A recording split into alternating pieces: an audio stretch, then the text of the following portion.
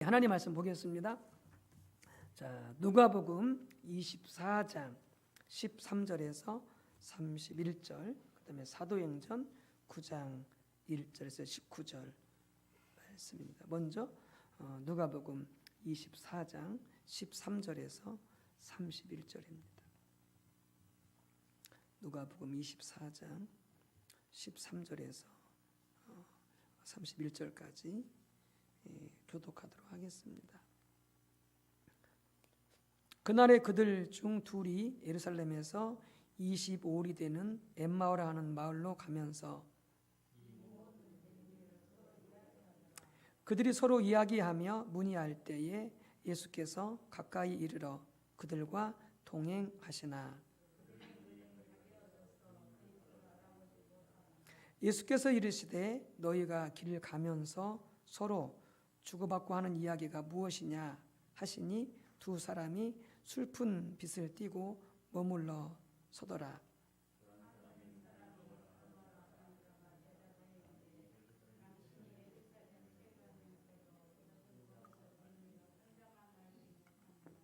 네, 말씀을 같이 맞춰서 읽어주세요. 이르시되 무슨 일이냐 이르되 나사렛 예수의 일이니 그는 하나님과 모든 백성 앞에서 말과 일에 능하신 선지자이거늘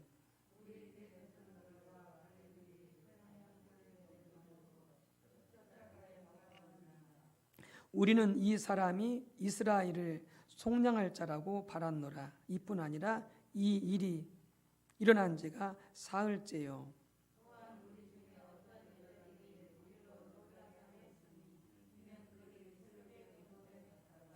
그의 시체는 보지 못하고 와서 그가 살아나셨다 하는 천사들의 나타남을 보았다 함이라.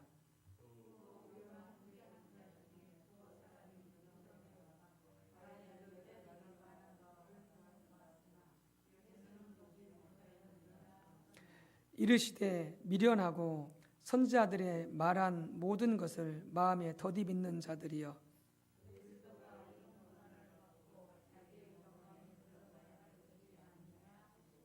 이에 모세와 모든 선지자의 글로 시작하여 모든 성경에 쓴 바 자기에 관한 것을 자세히 설명하니라.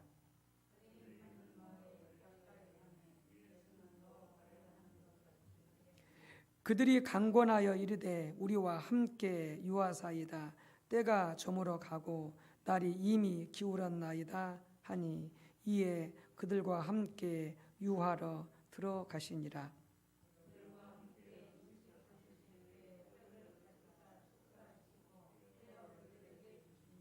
그들의 눈이 밝아져 그인 줄 알아보더니 예수는 그들에게 보이지 아니하시는지라. 아멘. 또 사도행전 9장 1절에서 19절입니다. 사도행전 9장 1절에서 19절. 201쪽입니다. 201쪽. 네, 19절까지 교독합니다. 사울이 주의 제자들에 대하여 여전히 이업과 살기가 등등하여 대제사장에게 가서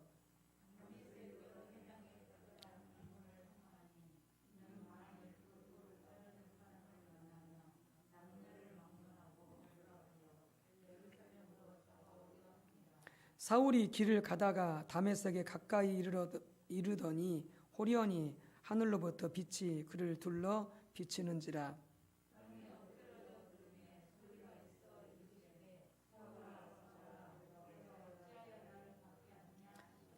대답하되 주여 누구시니까 이르시되 나는 내가 박해하는 예수라.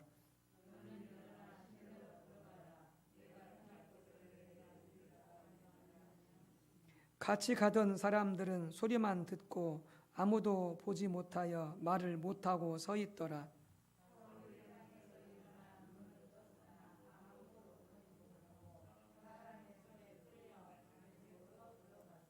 사흘 동안 보지 못하고 먹지도 마시지도 아니하니라.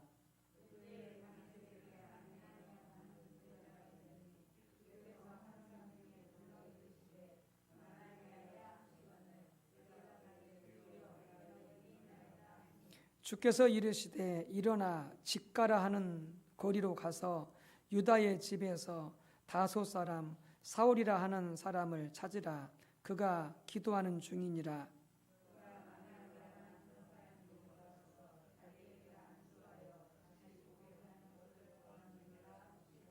아나니아가 대답하되 주여 이 사람에 대하여 내가 여러 사람에게 듣사온즉 그가 예루살렘에서 주의 성도들에게 적지 않은 해를 끼쳤다 하더니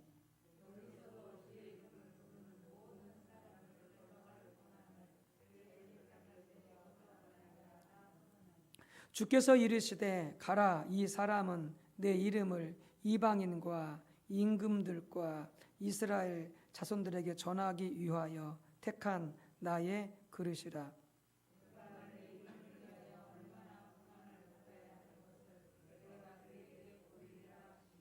아나니아가 떠나 그 집에 들어가서 그에게 안수하여 이르되 형제 사울아, 주 곧 내가 오는 길에서 나타나셨던 예수께서 나를 보내어 너로 다시 보게 하시고 성령으로 충만하게 하신다 하니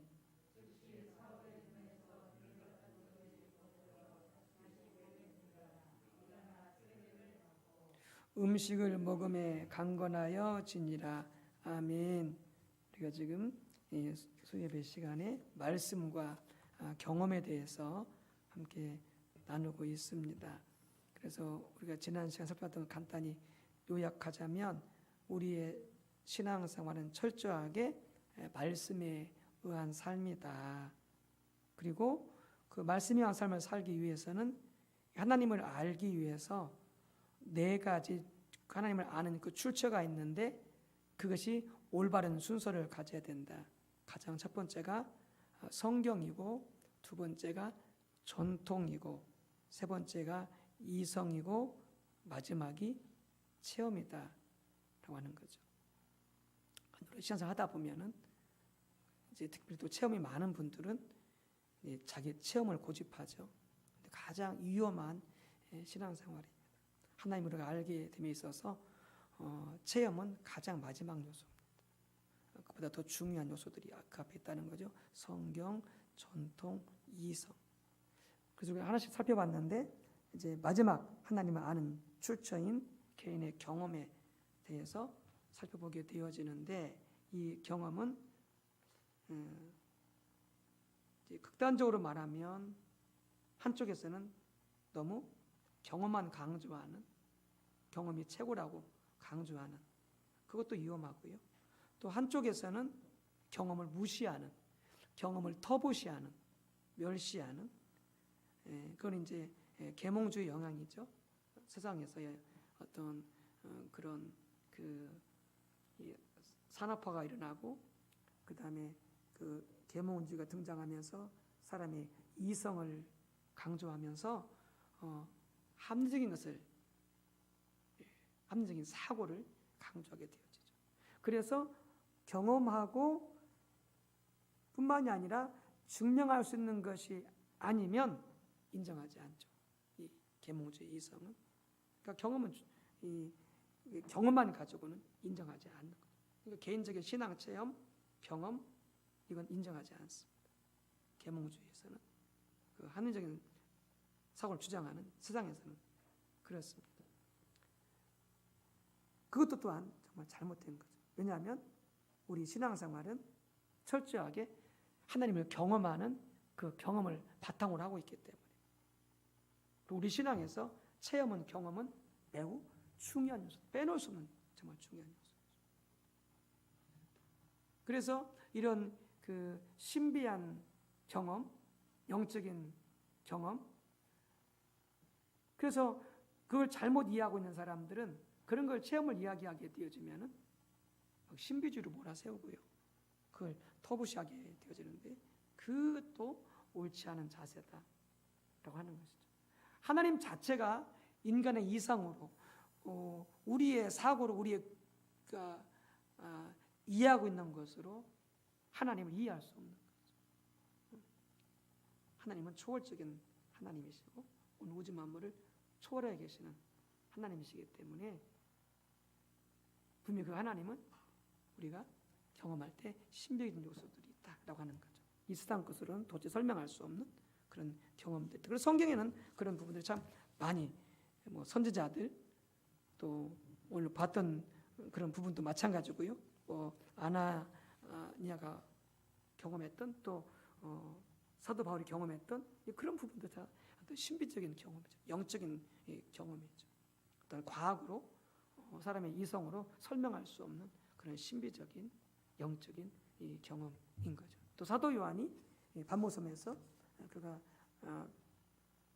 성령으로 말미암아 계시가 열려지게 되어지고 하늘을 보게 되어지고 예수를 보게 되어지는 그런 모든 것도 다 실은 신비한 영적인 경험인 거죠. 필요하고 그것이 또 반드시 중요하다라고 하는 것이죠. 이제 문제는 뭐냐면은 그런 체험, 경험 그 자체만을 강조하게 되어질 때에 이제 그게 신비주의가 되는 거죠. 신비주의. 그러니까 신앙은 신비하지만 경험도 신비적이지만 그러나 경험만을 강조해서 그것이 신비주의로 흘러가게 되어지면 그건 위험한 거죠.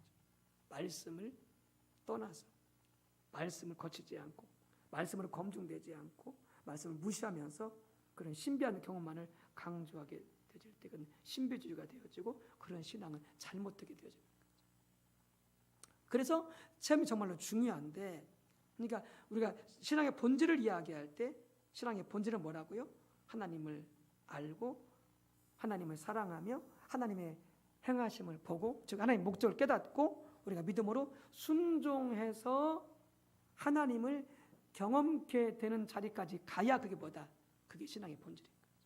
그게 신앙의 핵심인 것이죠.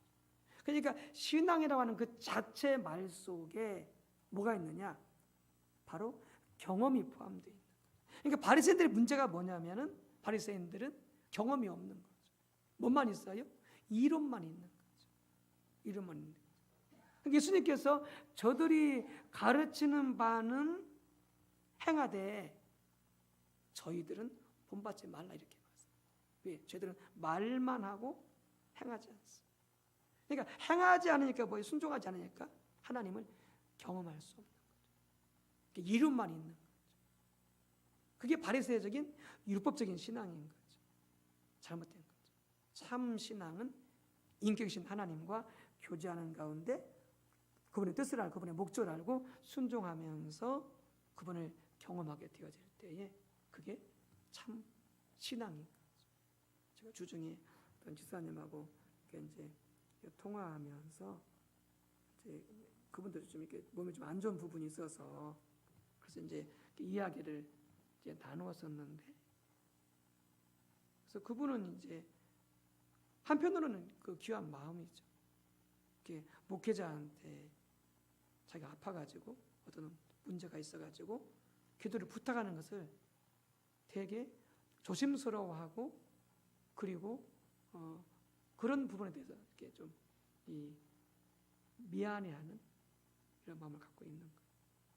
그래서 몸이 안 좋은데 그런 부분도 기도를 부탁하고 또 기도달라고 하는 것이 참 미안하게 여기는 실은 이제 한편은 배려하는 마음이기도 하고 그런 마음도 좋을 수 있지만 그러나 그런 마음을 가지고는 실은 치유는 안 일어나는 거죠. 치유는 안 일어나는 거죠. 그냥 더 악화되지 않고 이 정도만 되어도 괜찮다고. 그리고 남한테 기도를 부탁하는 것은 좀 남한테 신세를 지는 것 같고 남을 더 귀찮게 하는 것 같고 미안한 것 같고 이렇게 이해하고 있는 거예요. 그래서 성경은 치유의 하나님이시고 또 성경은 너희가 병들었거든 서로 위해서 죄를 고백하고 기도하라 하셨고 또 하나님은 우리에게 치유를 위해서 그렇게 그 사역을 행할 것을 그리고 예수님 자신도 3대 사역에 오셔서 선포하시고 가르치시고 귀신을 내쫓고 축사하시고 그러셨다. 그리고 우리가 그 사역을 맡기셨다.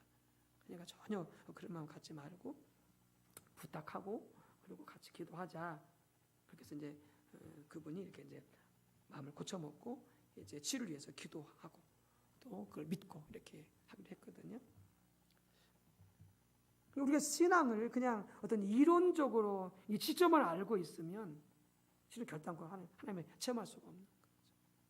당연히 이론적으로 지적으로 알아야 되지만 그것을 실제로 삶에 적용하고 믿고 순종하고 행할 때에 경험되어지는 것이죠. 그게 참 신앙이죠. 그러니까 신앙에서 하나님을 경험한 요소는 절대 빼놓을 수가 없는 거죠. 근데 그게 하나님을 경험할 때, 하나님을 알 때 중요한 요소들이 있는 거죠. 그게 뭐냐? 하나님의 음성을 들을 줄 알아야 되는 거죠. 하나님의 음성을 들을 줄 알아야 되는 거죠. 그리고 하나님의 영광을 보아야 되는 거죠. 사랑의 하나님, 자비의 하나님, 거룩하신 하나님, 신실하신 하나님, 공급하신 하나님, 치유하신 하나님, 전능하신 하나님, 이런 하나님의 영광을 볼 수 있어야 된다고 하는데 그 본단 말이 뭐냐면 성령으로 깨닫는다 그 말이에요. 성령으로 깨닫는다 그 말이에요. 그것이 바로 하나님을 경험하여 아는 요소 가운데 포함돼요. 그러니까 이사야가 성전에 들어갔을 때 성전에서 어떻게 했어요? 성전에서 영광이 충만하신 하나님을 경험한 거 아니에요. 어떤 하나님? 거룩하신 하나님. 그러면서 자기 입술이 부정하다 하면서 내가 이제 죽게 되었다고 이사야가 그렇게 회개하면서 가슴을 치잖아요. 그리고 하나님께서 그를 용서하시고 숯불로 그의 입술을 찢어주시고 그를 거룩히 하셔서 그를 파송하시잖아요. 그러니까 성전에서 이사야가 뭐예요? 그 거룩한 하시는 하나님을 본 거죠. 깨달은 거죠. 그리고 동시에 자기의 죄를 깨닫게 되어진 거죠. 그래서 진정으로 회개하고 용서받을 수 있는. 즉 하나님을 그게 아는 요소죠. 경험하는 요소. 그리고 말씀이 우리 속에 거하는 것. 이런 것들이 다 뭐냐? 다 우리가 하나님을 경험하는 요소들이다 라고 하는 거죠. 그러니까 우리 신앙은 기본적으로 교리를 알고 말씀을 알고 신학을 알고 실제로 아는 것이 바탕이지만 거기서 끝나면 안 된다는 거죠. 거기서 끝나버리면 뭐예요? 그게 바리새인인 거죠. 우리는 더 나아가서 행하고 순종하고 그리고 그렇게 함으로 말미암아 하나님을 경험하는 단계까지 나아가야 되는 것이죠. 그렇게 볼 때 우리 신앙에 있어서 체험과 경험은 너무나 정말로 중요한 요소다라고 하는 거죠. 너무나 중요한 요소. 그래서 우리 신앙을 점검할 때 어떻게 알아? 내 신앙이 지금 실제인지 그냥 말뿐인 그냥 지주로 알고 있는 것만인 것인지 스스로를 우리가 점검 체크해야 된다라고 하는 것이죠. 자, 그러면서 이제 오늘 말씀 나눌 게 뭐냐? 성경은 체험 위에 있어야 된다라고 하는 거예요. 실은 체험뿐만이 아니에요. 우리의 모든 것이 다 어디에 있어야 되느냐? 성경이 그 위에 있어야 돼요. 그러니까 우리의 가정도 뭐요? 우리 가정 위에 성경이 있어야 돼요. 그러니까 성경이 바탕이 돼야 돼요. 뭐 가정, 뭐 직장, 부부관계, 부모 자식 관계, 이 나라 정치 모든 영역이 성경의 토대 위에 있어야 돼요. 왜요? 성경은 진리이기 때문에. 만물의 진리이기 때문에. 온 우주 만물의 진리이기 때문에 성경, 말씀. 그러니까 체험뿐만이 아니에요. 체험은 중요하되 그 체험조차도 보다 성경이 체험 위에 있어야 된다라고 하는 것이죠. 위에 있어야 된다. 예. 그래서 체험이 정말로 중요한데 우리의 신앙은 체험도 하지만 그 체험이 철저하게 하나님의 말씀인 성경에 기초해야 된다라고 하는 것이죠. 그걸 잘 보여주고 있는 것이 바로 뭐냐? 누가복음에 부활하신 예수님의 모습인 것이죠. 거기 보게 되면 엠마오로 데려간 두 제자가 있죠. 두 제자들이 예수님이 부활하셨는데 그걸 믿지 못하고 낙심해서 엠마오로 내려가고 있는 거죠. 근데 거기 누가 같이 합류합니까? 그들이 막 이야기하고 가는데 부활하신 예수님이 가까이 그들 곁에 다가가시죠. 근데 그들은 몰라요. 그분이 부활하신 예수님인지를 전혀 알지 못합니다. 전혀 알지 못합니다. 그래서 부활하신 예수님께서 그들에게 나타나셔서 어떻게 하시려고 그러셔요? 자신이 부활하시는 것을 그들에게 증거하려고 하십니다. 증거하려고. 그게 믿지 못하니까. 근데 보세요. 예수님께서 그 자신의 부활을 믿지 못하는 그 제자들에게 자신의 모습을, 부활하셨잖아요. 예수님께서 부활하신 자신의 모습을 분명하게 드러내시고 보여주는 것보다 더 확실한 증거가 없잖아요. 실은 예수님은 그 육체로 부활하셨으니까, 그 육체가, 죽은 그 육체가 부활하셨으니까 영만 있는 게 아니잖아요. 만질 수 있고 볼 수 있잖아요. 예수님. 그러니까 그것보다 예수님 부활하셨다는 것을 더 확실하게 증거로 볼 수 있는 것은 없는 거죠. 예수님은 그렇게 자신의 부활을 증거하지 않습니다. 오늘 본문에 보게 되죠. 그러면서 제자들에게 자신의 부활을 증거하려고 하는데 뭘로 하신지 아십니까? 여러분, 성경으로 하고 계십니다. 예수님이 성경을 갖다 그들한테 설명을 하면서 성경의 증거를 가지고 예수님이 고난받고 그리고 부활하게 된 것을 그들에게 말씀으로, 성경으로 증거하고 있다.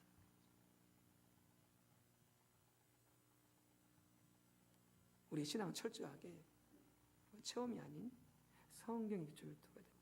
그래야 잘못되지 않습니다. 그래서 잘못되지 않습니다. 보실까요?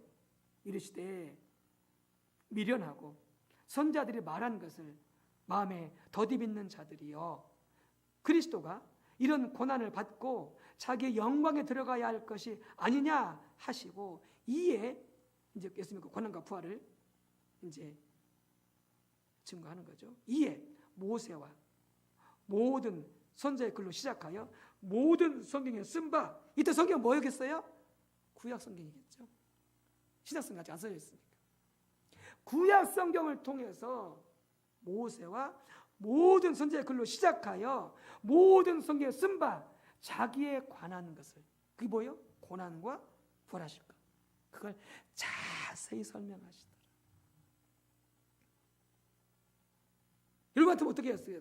저 같으면 어떻게? 내가 부활했잖아. 내가 살아났잖아. 내가 뭘 더 보여줄 수 있을까?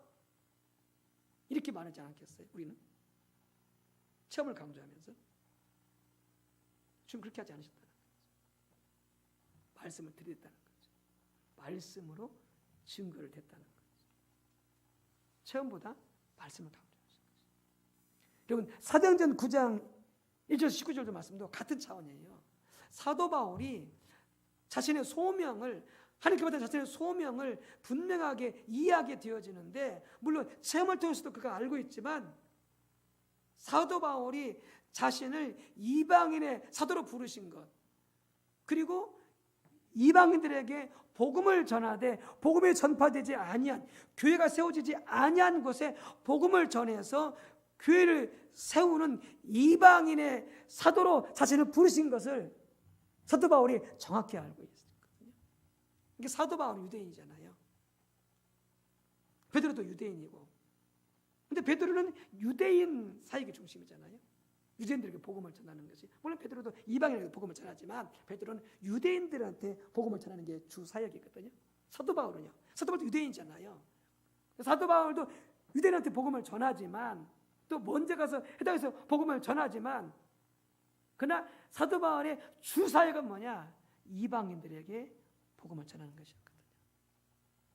근데 그것이 사도 바울의 계획이 아니에요. 사도 바울의 아이디어가 아니에요. 그것이 어떤 교회의 전략이 아니에요. 그게 하나님의 뜻이었던 거죠. 하나님의 방법이었던 거죠. 그래서 사도 바울이 체험을 통해서 알았어요. 근데 그 하나님의 그 부르심, 그 하나님의 소명을 사도 바울이 철저히 어디에 기초한 줄 아세요? 여러분, 성경과 하나님의 말씀에 기초하고 있어요. 성경 하나님의 말씀. 자기가 처음에서 영적으로 그 소명을 알고 있고, 또 다른 사람을 통해서도 들어서 알고 있지만, 그러나 더 나아가서 성경을 기초로 해서 자신의 소명을 분명하게 이해하고 있다는 거예요. 그러니까 사도 바울이 엄청난 체험을 하잖아요. 3층전 하늘나라에도 여러 번 갔다 오고, 어마어마한 방언도 가장 많이 기도하고, 예언, 축사, 죽은 자 살려내는 것, 뭐 성경 쓰는 거 어마어마한. 그래서 그 사울이 교만하지 못하게 하려고, 바울이 교만하게 못하게 하려고 하나님께서 그에게 육체에 가시를 집어넣으셨잖아요. 교만하게 될까 봐. 얼마나 많은 영적 체험을 했어요. 그러니까 신의 사도 바울 같은 사람은 어떻게 해요? 이단의 교주가 될 가능성이 아주 농후한 사람이죠. 엄청난 심리 체험을 하니까. 근데 왜 안 넘어져요? 그가 체험을 바탕으로 두지 않는다. 체험을 귀하게 여기지만 철저히 그 모든 체험과 그런 소명들을 하나님 말씀에 근거해서 이해하고 그리고 믿고 나가는 거예요. 그러니까 잘못되지 않는 거예요. 우리 예수 본받아야 되는 거죠. 그러니까 우리가 말씀을 읽고 듣고 묵상하고 연구하고 공부하는 게 얼마나 중요한지 모르는 거예요. 얼마나 중요한지 계속 배워야 돼요. 말씀에 관해서 신나게 말해서 하나님에 관해서. 자, 사도행전 9장 29절에 보게 되어지면 예수 믿는 사람들을 잡아 가두기 위해서 다메섹으로 가던 이 사울에게, 바울에게 누가 나타났어요? 부활하신 예수님이 강력한 빛으로 이 사울에게 나타났어요. 그러면서 사울아, 사울아, 내가 어찌하여 나를 박해하느냐. 그러니까 주여 누구시니까? 나는 내가 박해하는 예수라, 그렇게 말씀을 하시는 것이죠. 눈이 멀어버렸어요. 벌써 예수님의 그 영광의 강력한 빛 아래 이 사울은 바로 눈이 멀어버리게 되었던 것이죠. 그리고 이제 그가 앞으로 할 일을 그에게 이룰 자가 있을 것이다, 이렇게 말씀하시면서 일어나서 다메섹 시내로 들어가라, 이렇게 말씀하시거든요. 그건 이룰 자라고 하는 것은 누구냐면 아나니아를 두고 하는 말인데, 그래서 이제 예수님께서 자신이 누구인가를 바울에게 알리시고, 그리고 이제 그가 앞으로 무슨 일을 하게 될 것인지 그것을 이제 다른 사람을 통해서 바로 알리실 것을. 그리고 또 다른 곳에 보게 되지만은 이 사울에게도 예수님이 직접 그때 사울이 앞으로 무슨 일을 하게 될 것인지를 알려주십니다. 그게 소명이죠. 무슨 일을 하게 될 것인지 알려주십니다. 거기서는 바울에게 또한 환상을 통해서 보여주시죠. 그래서 그가 아나니아라는 사람이 그에게 와서, 그를 찾아와서 그를 안수해주게 되어질 때에 이 눈멀었던 이 사울이 낫게 될 것을 하나님께서 환상을 통해서 이 사울에게 보여주십니다. 또 하나님께 또 예수님께서 다메섹에 있는 아나니아와 하는 그 제자에게 나타나셨죠. 그래서 그로 하여금 뭐라고 말씀하십니까? 이제 시카라고 하는 거리로 가게 되어지면 거기 유다 집에 사울이 있다. 그가 지금 기도하는 중인데 그를 찾아가라, 이렇게 말씀하십니다. 환상을 통해서 아나니아에게 사울을 찾아갈 것을 말씀을 하십니다. 이제 그러면서 주님께서 바로 이 아나니아에게 바울의 소명이 무엇인지를 설명을 해줘요. 바울이 어떤 소명이 있는지, 그 핍박하고 다메섹에 있는 그리스도인들을 잡아 죽이려고 하는 이 사울에게 어떤 소명이 있는지 아나니아에게 주님께서 가르쳐주세요. 그게 15절 16절이죠. 이렇게 되어 있어요.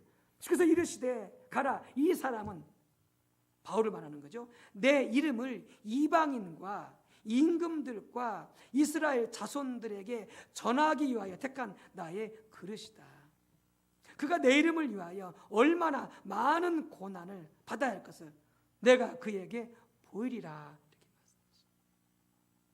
그래서 아나니아에게 장차 사울이 구원받고 변화되어서 이방인들에게, 임금들과 이스라엘 자손들에게 복음을 전할 자인 것을 바로 소명을 알려주시죠. 근데 이건 아나니아 하나님께서 말씀하신 부분이지만은 사도행전 26장 16절 18절에 보게 되지만 바로 그때 하나님께서, 예수님께서 직접 바울에게 바로 소명을 말씀하시거든요. 이렇게 말씀하세요. 일어나 너의 발로 서라. 내가 내게 나타난 것은 곧 내가 나를 본 일과 장차 내가 내게 나타날 일에 너로 종과 증인을 삼으려 함이니 이스라엘과 이방인들에게 내가 너를 구원하여 그들에게 보내어 그 눈을 뜨게 하여 어둠에서 빛으로 사탄의 권세에서 하나님께로 돌아오게 하고 죄사함과 나를 믿어 걸어가게 된 무리 가운데 기업을 얻게 하리라 하더이다. 여기는 그 다메섹에서 사울이 쓰러졌을 때 주님께서 바울에게 직접 하신 말씀입니다. 직접 하신 말씀. 내가 너를 종과 증인을 삼을 것이다. 너를 구원해서 이스라엘과 이방인들에게 보내어서 주님을 증거하게 할 것이다 라고 하는 거예요. 그래서 그들이 주님께 돌아와서 구원받도록 그렇게 그에게 바울의 소명을 예수님이 직접 바울에게 알려주시죠. 그러니까 아까 아나니아를 통해서 주셨던 바울의 소명과 바울이 직접 받은 이 소명이 어떻게 해요? 같은 맥락인 거죠. 같은 소명인 거죠. 즉 영적 체험을 통해서 바울은 또 하나님을 통해서 간접적으로 자신이 어떤 소명인지를 바울이 알게 된 거죠. 알게 된 거죠. 근데 아십니까? 바울이 여기서 끝나지 않습니다. 여기서 끝나지 않아요. 그 영적 체험을 통해서 알게 된 자신의 소명을 그 근거를 어디서 찾는지 아십니까? 성경에서 찾고 있어요. 성경에. 이게 참 놀랄만한. 참 우리가 본받아야 돼요. 그것에서 나오냐? 46절 사도행전 13장 46절 47절 나와요. 제가 읽어드릴게요. 바울과 바나바가 담대히 말하여 이르되 하나님 말씀을 마땅히 먼저 너에게 전할 것이로되 너희가 그것을 버리고 영생을 얻기에 합당하지 않은 자로 자처하기로 우리가 이방인에게로 향하노라. 이게 사도 바울의 소명이죠. 이방인으로 가는 것이. 그래서 이렇게 마세요. 주께서 이같이 우리에게 명하시되 내가 너를 이방의 빛으로 삼아 너로 땅 끝까지 구원하게 하리라. 구약의 선자의 말씀을 인용하고 있는 자신의 이방을 향한 그 소명이 말씀에 근거하고 있음을 정확히 이해하고 있는 거죠. 바울조차도요 영적 체험, 영적 경험 그걸 내세우지 않아요. 귀중하지만 철저히 그 체험을 또 어디 바탕을 둔다고요? 말씀에 바탕을 두고 있다. 말씀에 기초를 두고 있다. 이게 참 귀한 것이죠. 여러분 여호수아 1장에 가게 되어지면 하나님께서 여호수아에게 뭘 강조하세요? 말씀의 중요성을 강조합니다. 여호수아 1장 이전의 여호수아는요, 그 당시 모세를 제어하고는요, 그 누구보다 그 놀란 하나님의 역사들, 애굽에서부터 시작해서 홍해를 건너고 광해 그 수많은 기적들, 모세 가장 가까이에서 가장 많이 경험한 사람이 누구냐? 여호수아였어요. 모세를 빼놓고. 이 정도 경험하고 처음 했으면 여호수아에게 여호수아야 이제 네 신앙이 성숙되었으니까 그래 네가 잘 따라와 이렇게 했겠죠. 그렇게 하지 않은 하나님께서 그 수많은 엄청난 체험에도 불구하고 여호수아한테 뭘 강조하지 아세요? 말씀을 강조해서 하나님께서 말씀을 강조해서 이렇게 말씀하세요. 여호수아 1장 7절 8절 오직 강하고 극히 담대하여 나의 종 모세가 내게 명령한 그 율법을 다 지켜 행하고 우르나 차로나 치우치지 말라. 그러면 어디로 가든지 형통하리니 이 율법책을 내 입에서 떠나지 말게 하며 주의 하루 그것을 묵상하여 그 안에 기록된 대로 다 지켜 행하라. 그리하면 내 길이 평탄하게 될 것이며 내가 형통하리라. 여러분 우리가 날마다 말씀을 가까이 해야 돼. 말씀을 지키고 말씀을 암송하고 말씀을 묵상하고 그리고 그 성경책, 율법책 그 말씀을 통해서 내게 말씀하시는 하나님의 음성을 들을 줄 알아야 돼. 그래서 우리는 율법을 지키면서 말씀을 지키면서 그 말씀을 통한 하나님의 음성을 들으면서 음성을 순종하며 사는 이 신앙으로 가게 되질 때에 그 신앙이 가장 건강한 신앙이요. 그 신앙이 정말로 놀라운 신앙이 되게 되는 것입니다. 체험을 무시하는 말이 아니에요. 체험을 소리하는 말이 아니에요. 정말 중요해요. 그러나 철저하게 그 체험조차도 말씀의 토대가 말씀으로 분별이 되어야죠. 말씀의 토대가 되어져. 저는 이제 지금 작년부터 지금 제가 선교연합하고 그 새벽교 선교회에서 운영하는 그 새벽교 신학원이 있는데 그래서 지금 이제 그래서 공부하고 있는데 너무나 중요한 말씀들을 배우고 있는 거죠. 얼마나 감사하죠. 그러니까 우리가 성경책만 가지고 성경책만 가지고 보지 마세요. 당연히 성경책은 우리가 중요하게 여겨야 되고 성경책도 봐야 되죠. 그런데 성경 속에 있는 그런 놀라운 신학들이 있습니다. 우리 신앙의 교회에 우리 모든 삶에 정말 유익한 그런 세계관, 큰 이야기, 그 이야기는 실제인데 모든 삶의 실제를 반영하는 이야기인데 그런 것들에 대한 것을 공부할 수 있는, 그러니까 더 신앙을 정확하게 이해할 수 있고 교회를 더 정확히 이해할 수 있고 우리 소명을 더 정확히 이해할 수 있는 너무나 귀중한 말씀을 배우고 있거든요. 여러분들도 부지런히 교회 가서 십자가본 가서 공부하시고요. 또 개인적으로도 말씀 읽고 묵상하고 암송하시고 하지만은 또 말씀을 통해서 말씀을 듣고 배우고 이런 과정들을 여러분부터 철저히 하셨으면 좋겠어요. 그래서 여러분들 체험만으로 빠지지 말고 철저히 말씀을 토대로 한 그런 신앙생활을 될 수 있게 되어주시기를 축복합니다.